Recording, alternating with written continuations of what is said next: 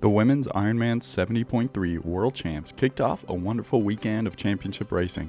With their own broadcast again, the women were ready to put on a show. The temperatures were colder than anyone would have hoped for, but that was quickly forgotten as they rapidly begun the swim.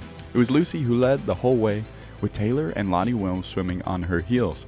Olympic gold medalist Flora Duffy would have liked to have been there, but she led the chase back with Holly Lawrence 30 seconds down. Onto the bike, and Lucy went through transition the quickest and made it 2 miles up the road before being caught by Taylor Knibb, who had taken extra time to put on warm clothes. Taylor immediately put the pressure on her shiny bike, and with her new bike fit and helmet, she was looking fast and furious. She began to put 1 minute into each of the women every 15 kilometers. She was being chased by a group that contained Flora Duffy, Paula Findlay, Lucy Charles Barkley, and Holly Lawrence. And unfortunately for India Lee, who was having the race of her life, she got a drafting penalty and would have to wait 5 minutes.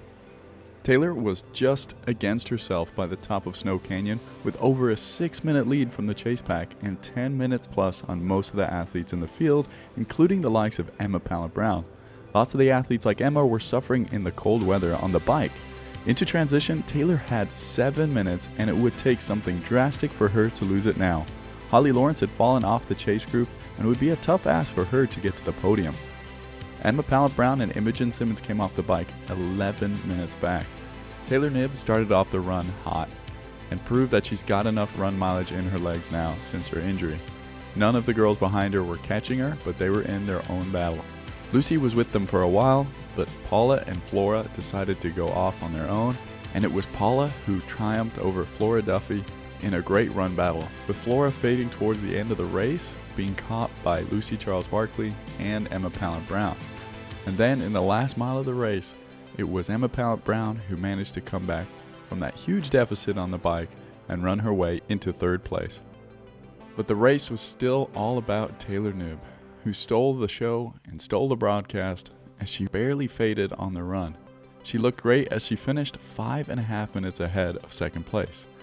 Paula Findlay was ecstatic with her performance as she raced her own race and came home to be second in the world.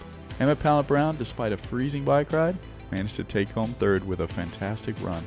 Tamara Jewett was the only one who could run faster than her.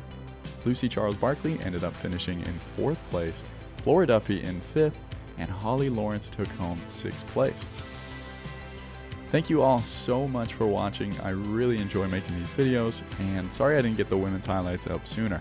If you want to see more content like this, please check out the Buy Me a Coffee page, where the feed has sponsored a Morton starter pack for someone who joins the club this month. So it's just $1 a month. I would appreciate it. Thank you so much. We'll see you tomorrow.